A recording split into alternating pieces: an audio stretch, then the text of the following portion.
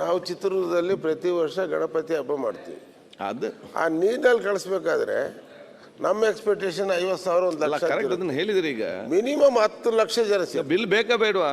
ಅಲ್ಲ, ಬೇಕು ಬೇಡ ಅನ್ನೋದಕ್ಕಿಂತ ಇದು ಚರ್ಚೆಗೆ ಇಡೋದು. ನಮ್ಮ ವಿರೋಧ ಪಕ್ಷ ನಾಯಕರು ಹೇಳ್ದಂಗೆ ಸದನ ಸಮಿತಿ ಮಾಡಲಿ, ಅಲ್ಲಿ ಚರ್ಚೆ ಅವರು ಅಧ್ಯಕ್ಷತೆ ಆಗಲಿ, ಅವ್ರು 4-5 ಜನ ಸದಸ್ಯರು ಮಾಡ್ಕೊಳ್ಳಿ, ಸಲಹೆ ತಗೊಳ್ಳಿ. ಯಾಕಂದ್ರೆ 10 ಲಕ್ಷ ಜನ ಸನ್ಮಾನ್ಯ ಸಲಹೆಯನ್ನ ಆಯ್ತು ಹೇಳಿದ್ರಲ್ಲ ಚಂದ್ರಪ್ಪ ಅವರೇ, ಚಂದ್ರಪ್ಪ ಹೇಳಿದ್ರಿ ತಾವು ಒಮ್ಮೆ. ಈಗ ರೈತರ ಚಳವಳಿ ನಡೀತೆ, ಅವ್ರೇನು ನಿಮ್ಮನ್ನು ಕೇಳ್ತಾರ? ರೈತರು ಸರಿ ಕೇಳೋದೇ ಇಲ್ಲ. ಅವರು ಆರಾಮ್ಸೆ ಅವ್ರ ರೈತರು ಬರ್ತಾನೆ ಇರ್ತಾರೆ, ಅವ್ರು ಸಾವಿರಾರು ಗಟ್ಟಲೆ ಬರ್ತಾರೆ. ನೀವು ಅವಾಗ ಏನು ಮಾಡ್ತೀರಾ?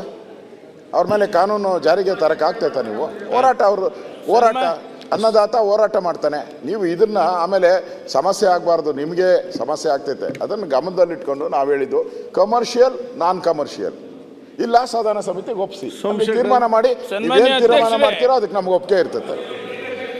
ಸನ್ಮಾನ್ಯ ಅಧ್ಯಕ್ಷರೇ, ಎಲ್ಲ ವಿರೋಧ ಪಕ್ಷದವರು ಮಾತನಾಡ್ತಕ್ಕಂಥದ್ದೆಲ್ಲ ಸೂಕ್ಷ್ಮ ಗಮನಿಸಿದ ಅಧ್ಯಕ್ಷರೇ.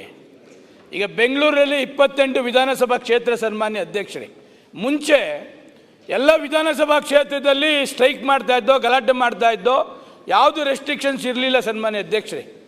ಈಗ ಹೈಕೋರ್ಟ್ ಆದೇಶ ಆದಮೇಲೆ ಬೆಂಗಳೂರಲ್ಲಿ ಒಂದೇ ಒಂದು ಕಡೆ ಏನು ಹಳೆ ಸೆಂಟ್ರಲ್ ಜೈಲ್ ಇತ್ತಲ್ಲ, ಅಲ್ಲೇ ಮಾಡಬೇಕು ಅಂತಕ್ಕಂಥದ್ದು ಹೈಕೋರ್ಟ್ ರೂಲ್ಸ್ ಆದಮೇಲೆ ಸರ್ಕಾರನೂ ಕೂಡ ಎಚ್ಚೆತ್ತುಕೊಳ್ಳಿ ಸನ್ಮಾನ್ಯ ಅಧ್ಯಕ್ಷರೇ. ಈಗ ಬೆಂಗಳೂರಲ್ಲಿ 28 ವಿಧಾನಸಭಾ ಕ್ಷೇತ್ರದಲ್ಲಿ ಎಲ್ಲೂ ಕೂಡ ಪ್ರತಿಭಟನೆ ಆಗಲಿ, ಮೆರವಣಿಗೆ ಆಗಲಿ ಎಲ್ಲೂ ಮಾಡ್ಲಿಕ್ಕೆ ಆಗೋದಿಲ್ಲ ಸನ್ಮಾನ್ಯ ಅಧ್ಯಕ್ಷರೇ. ಇಲ್ಲಾನೇನಾಗ್ತಿತ್ತು, ಪ್ರತಿ ದಿವಸ ಒಂದು ಗಲಾಟೆ.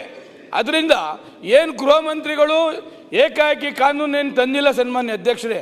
ಭಾಳ ಸೀನಿಯರ್ ಇದ್ದಾರೆ, 2ನೇ ಸಾರಿ ಗೃಹ ಮಂತ್ರಿಗಳು ಇದ್ದಾರೆ, ಭಾಳ ಅನುಭವಸ್ಥರು ಸೆಕ್ರೆಟರಿ, ಪ್ರಿನ್ಸಿಪಲ್ ಸೆಕ್ರೆಟರಿ ಕೂಡ ಇದ್ದಾರೆ. ಅದರಿಂದ ಈ ಕಾನೂನನ್ನ ಸ್ವಲ್ಪ ಬಿಗಿ ಮಾಡಿದ್ರೆ, ಸ್ವಲ್ಪ ಎಲ್ಲೆಲ್ಲಿ ಸಿಕ್ಕಾಪಟ್ಟೆ ಸ್ಟ್ರೈಕ್ ಮಾಡ್ತಕ್ಕಂಥದ್ದು, ಮತ್ತೊಂದು ಮಾಡ್ತಕ್ಕಂಥದ್ದು, ಅದು ಟೈಟ್ ಮಾಡಿ ಸನ್ಮಾನ್ಯ ಅಧ್ಯಕ್ಷ. ಈಗ ತಂದಿರತಕ್ಕಂಥದ್ದು ಕಾನೂನು ಸರಿಯಾಗಿದೆ, ಕಾನೂನನ್ನ ಇಂಪ್ಲಿಮೆಂಟ್ ಮಾಡ್ತಕ್ಕಂಥದಕ್ಕೆ ಗೃಹ ಮಂತ್ರಿಗಳಿಗೆ ನಿಮ್ಮ ಮುಖಾಂತರ ಮನವಿ ಮಾಡ್ತೀನಿ ಸನ್ಮಾನ್ಯ ಅಧ್ಯಕ್ಷರೇ. ನಾನು ಅವರ ಸಲಹೆಗಳನ್ನು ನಾನು ತಗೊಂಡಿದ್ದೇನೆ.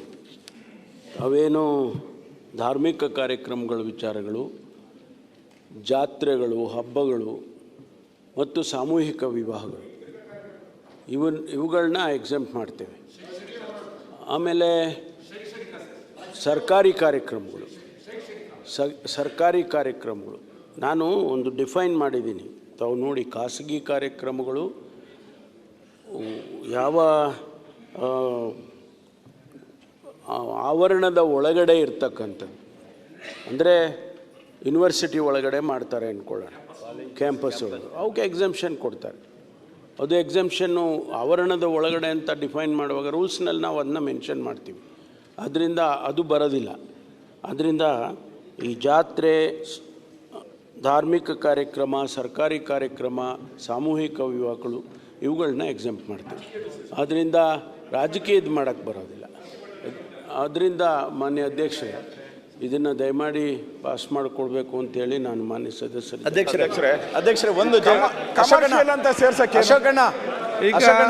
ಕಮರ್ಷಿಯಲ್ ಅಂತ ಅಶೋಕಣ್ಣ ಕಮರ್ಷಿಯಲ್ ಆಕ್ಟಿವಿಟೀಸ್ ಯಾರು ಮಾಡ್ತಾರೋ ಈಗ ಬರುತ್ತೆ. ಅದು ಈಗ ಯಾರೋ ಒಂದು ಮ್ಯೂಸಿಕ್ ನೈಟ್ ಮಾಡ್ತಾರೆ, ಅದನ್ನ ಮಾಡಿ ಕಮರ್ಷಿಯಲ್ ಬರುತ್ತೆ. ಕಮರ್ಷಿಯಲ್ ಮಾತ್ರ ಅಂತ ಮಾಡಿದ್ರೆ ಬಂದೇ ಬರುತ್ತೆ. ಅದು ಬೇರೆ ಪರ್ಮಿಷನ್ ತಗೊಳ್ಳೇಬೇಕು, ಅವ್ರು ಬಾಂಡ್ ಕೊಡ್ಲೇಬೇಕು. ಕಮರ್ಷಿಯಲ್ ಮಾತ್ರ 7,000 ಮೇಲೆ ಯಾವ್ದು ಬರೋದೇ ಇಲ್ಲ. 7,000 ಮೇಲಿರ್ತಕ್ಕಂಥ ರೂಲ್ಸ್ಗಳು ಬಹಳ ಸ್ವಲ್ಪ ಕನ್ಫ್ಯೂಷನ್ ಇದೆ. ದಯಮಾಡಿ ಸದನ ಸಮಿತಿ ಕೊಡಿ, ಚರ್ಚೆ ಮಾಡೋಣ ಸರ್. ನಿಮ್ ಪರವಾಗಿದೀವಲ್ಲ, ನೀವು ಚರ್ಚೆ ಮಾಡಕ್ಕೆ ತಯಾರಿಲ್ಲ ಅಂದ್ರೆ ಹೆಂಗಾಗುತ್ತೆ ಸರ್? ಅಲ್ಲ ಸರ್, ಅವ್ರು ಏನ್ ಕೇಳ್ತಾರೆ?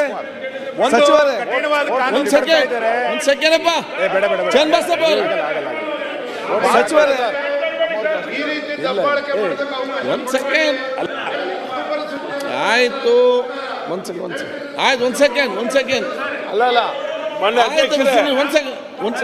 ಸುರೇಶ್, ಒಂದ್ ನಿಮಿಷ ಸಚಿವರೇ.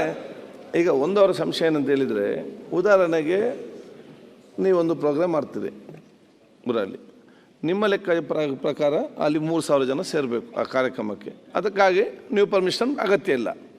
ಕಾರ್ಯಕ್ರಮ ಮಾಡುವಾಗ ನಿಮಗೆ ಗೊತ್ತಿಲ್ಲದೆ 6,000 ಜನ ಬರ್ತಾರೆ, 7,000 ಜನ ಬರ್ತಾರೆ. ಆವಾಗ ಯಾರು ಜವಾಬ್ದಾರ ಆಗ್ತಾರೆ?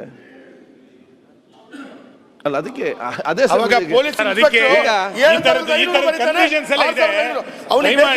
ಚರ್ಚೆ ಮಾಡೋಣ. ಅರ್ಜೆಂಟ್ ಮಾಡಬೇಡಿ, ಸದನ ಸಮಿತಿ ಕೊಡಿ, ಇಲ್ಲಾಂದ್ರೆ ಮುಂದಿನ ಅಧಿವೇಶನಕ್ಕೆ ತನ್ನಿ. ಒಂದಿನ ಇಡೀ ದಿನ ಚರ್ಚೆ ಮಾಡೋಣ.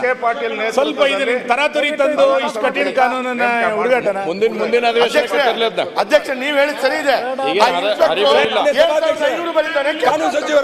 ಯಾಕೆ ಇದನ್ನ ತರಾತುರಿ ಮಾನ್ಯ ಸಭಾಧ್ಯಕ್ಷರೇ, ಒಂದು 3 ತಿಂಗಳಿಂದ ಅಧ್ಯಕ್ಷ ಒಂದೇ ನಿಮಿಷ ಅದೆಲ್ಲ ವಿಚಾರ ಹೇಳಿದರೆ ನೀವೇ ನೋಡಿ ಪ್ರಸ್ತಾಪ ಮಾಡಿ ಯಾರು ಬಿಲ್ ಬೇಡ ಅಂತ ಹೇಳ್ತಾ ಇದ್ದೀರಿ, ಎಲ್ಲಾ ಮಾಡ್ತೀರಿ. ಈಗ ಬಿಲ್ ಏನ್ ಬೇಕಂತ ಹೇಳ್ತಾರೆ ಸರ್ಕಾರ. ಸಚಿವರು ಅಧ್ಯಕ್ಷರೇ, ಒಂದ್ ಸೆಕೆಂಡ್, ಸನ್ಮಾನ್ಯ ಗೃಹ ಸಚಿವರು ಜಾತ್ರೆಯನ್ನ ಎಕ್ಸೆಂಪ್ಟ್ ಮಾಡಿದ್ದಾರೆ, ಧಾರ್ಮಿಕ ಕಾರ್ಯಕ್ರಮಗಳನ್ನ ಎಕ್ಸೆಂಪ್ಟ್ ಮಾಡಿದ್ದಾರೆ, ಹಬ್ಬಗಳನ್ನ ಎಕ್ಸೆಂಪ್ಟ್ ಮಾಡಿದ್ದಾರೆ, ಸರ್ಕಾರಿ ಕಾರ್ಯಕ್ರಮಗಳನ್ನು ಎಕ್ಸೆಂಪ್ಟ್ ಮಾಡಿದ್ದಾರೆ, ಒಂದು ಸೆಕೆಂಡ್ ರೀ, ಶೈಕ್ಷಣಿಕ ಸಂಸ್ಥೆಗಳ ಆವರಣಗಳಲ್ಲಿ ನಡೀತಕ್ಕಂಥ ಕಾರ್ಯಕ್ರಮಗಳನ್ನು ಎಕ್ಸೆಂಪ್ಟ್ ಮಾಡಿದ್ದಾರೆ. ಈ ಎಕ್ಸೆಂಪ್ಷನ್ ಅಲ್ಲದೇ ತಮ್ಮ ಇದು ಈಗ ಬಂದುಬಿಟ್ರೆ ಏನು ಮಾಡಬೇಕು? ಬಂದುಬಿಟ್ರು ಅಂದರೆ ಆ ರೀತಿ ಈಗ ನೀವು ಒಂದು ಫಿಲ್ಮ್ ಆ್ಯಕ್ಟರ್ನ ಕರೆಸ್ತೀರಿ, ನಾವು 3,000 ಮಂದಿ ಬರ್ತಾರೆ ಅಂತ ತಿಳ್ಕೊಂಡಿದ್ದೀವಿ ರೀ, 30,000 ಮಂದಿ ಬಂದರು ಅಂದರೆ ಅದು ಜವಾಬ್ದಾರಿ ಯಾರು ಮಾಡ್ತಾರೆ ಅವ್ರ ಜವಾಬ್ದಾರಿ ವಹಿಸ್ಕೊಳ್ಬೇಕು. ಇಲ್ಲದೇ ಇದ್ದರೆ ಹೆಂಗೆ ಮ್ಯಾನೇಜ್ಮೆಂಟ್ ಮಾಡ್ತೀನಿ?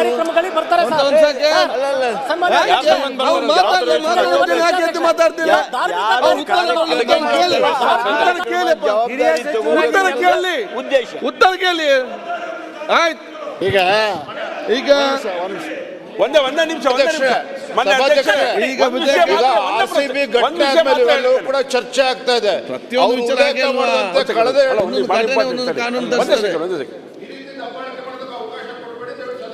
ಮಾನ್ಯ ಅಧ್ಯಕ್ಷರ, ಈಗ ವಿಧೇಯಕವನ್ನು ಮಾನ್ಯ ಅಧ್ಯಕ್ಷರ ಒಂದೇ ಸೆಕೆಂಡ್ ಇಷ್ಟು ಬಿಲ್ಲು ಏನಾಗ್ತದೆ?